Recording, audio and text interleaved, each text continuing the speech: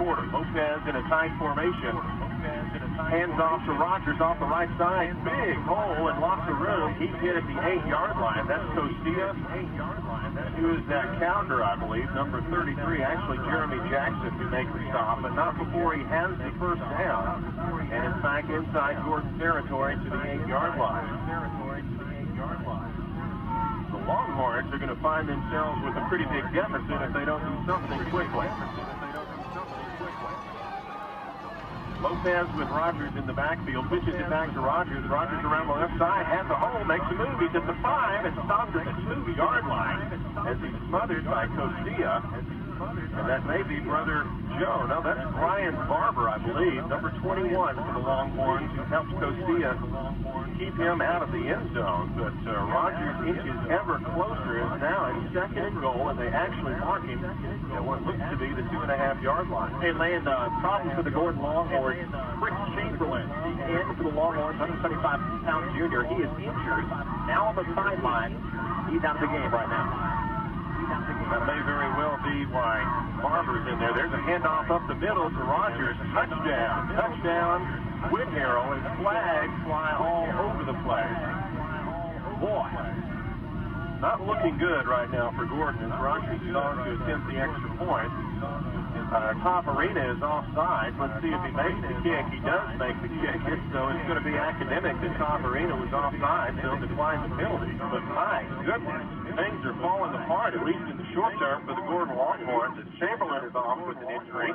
It is an onside kick. The Longhorns, it may have been recovered by Whit Harrell at the 20-yard line. Let's see if it went 15 yards. If it didn't, the Longhorns are going to get the ball back, and it may not have gone 15 yards. I don't think it did. Wow, that is inches away going 15 yards, however.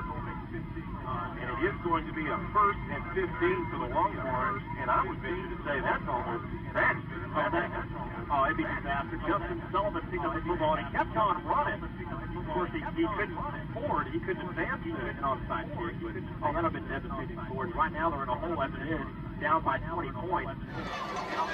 There's a good back to Sizemore. He's looking for someone to throw the ball to. Now throws it back across the field to Costilla, who makes a move down to 25. That has to be with the 30. And it was a good move by Jim Costilla that made anything happen on that play, as he had a defender right in his face as soon as he caught the ball. And that's the athletic ability we've seen all season long from Jim Costilla. They've got to get the ball in his hands a bit more often, at least on the receiving end. Pickup of about 8 or 9 yards. They're going to mark it at the 31-yard line. It's going to bring up, let's call it a 2nd and 7 after a pickup of 8 yards. And again from the spread formation, Costilla and Sizemore in an I formation. Back to Sizemore. He wants to throw the ball. He's in trouble. There's a face mask, and we got flags all over the place. Sizemore is tackled at the 10-yard line. Fortunately for Gordon, one of the Whit Harrell Panthers grabbed his face mask. He went down, so there's the indication on the face mask. I tell you, that couldn't come at a better time because Sizemore was in trouble back on the 15-yard line. You know, but that was just a blatant face mask. Looked like he's going to rip his hand right off of his neck. And that's dangerous. That's extremely dangerous on a football field, and there's really no reason for that. Whit Harrell is going to pay for that right now with the penalty. The Panthers were on top of it at the 15. But more importantly, the Longhorns have the ball 1st and 15 from Whit Harrell territory at the 15. Here's a reverse around the right side to Sizemore. He has the ball at the 30, makes a move. He's at the 20, and knocked out of bounds at the 17-yard line. And now we have a flag on Whit Harrell as Sizemore is hit out of bounds at the 12-yard line. So if the Gordon Longhorns needed anything, they needed a momentum shift, and who's better to give it to them than their go-to man all season long, Jason Sizemore. There's the indication of personal foul that occurred after the play was completed. So let's see how they tack this one off. The line of scrimmage after the play will be the 13-yard line, so they should take it half the distance at this point. We have a timeout from the Panther point. We are really at a turning point in this ball game. As the Longhorns find themselves down by 3 touchdowns by 20 points, but with the opportunity here, the 1st and goal to go at the 8-yard line, you have to believe they need to get in here. Costilla in a tight formation, hands off to John Levin, who's hit at the 7-yard line, still on his feet, still pulling his way. He's inside his 5. took a couple of Panthers to bring him down. He was hit hard at the 8-yard line by 2 Panthers, and he bounced off that, tried to make a move back inside, and actually ended up picking some yardage. Second and goal to go from just inside the 5. The ball is nosing over the 5-yard line. Clock is running. 6.5 minutes to go. Gordon certainly needs 6 points here. Tight formation. Cafarina and Sizemore in the backfield. There's a handoff for Sizemore. No, it's Cafarina around the left side. As he picks up a couple, and maybe will go down to the 3-yard line. Let's see where they spot the ball. That is where it is. Where it is, I guess you can say that.